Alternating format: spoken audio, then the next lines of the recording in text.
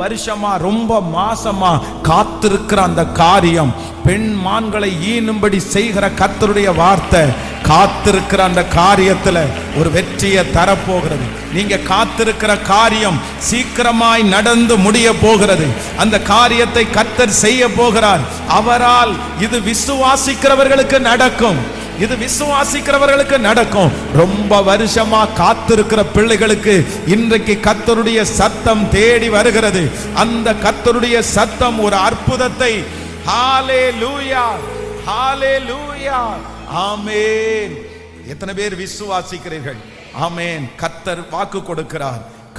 ஜாதிகள் கொந்தளித்து, ராஜ்யங்கள் தத்தளித்து, அவர் தமது சத்தத்தை முழங்க பண்ணுகிறார். ஒரு 3 விசை கையை உயர்த்தி சொல்லுங்க, அவர் சத்தத்தை. ஆமென். அவர் சத்தத்தை முழங்க பண்ணுகிறார்.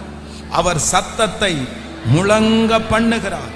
அவர் சத்தத்தை முழங்க பண்ணுகிறார். நான் ஆராதிக்கிற தேவன் சத்தத்தை முழங்க பண்ணுகிறார். அவர் எனக்காக பேசுகிறவர், எனக்காக குரல் கொடுக்கிற ஒரு தேவனாய் இருக்கிறார்.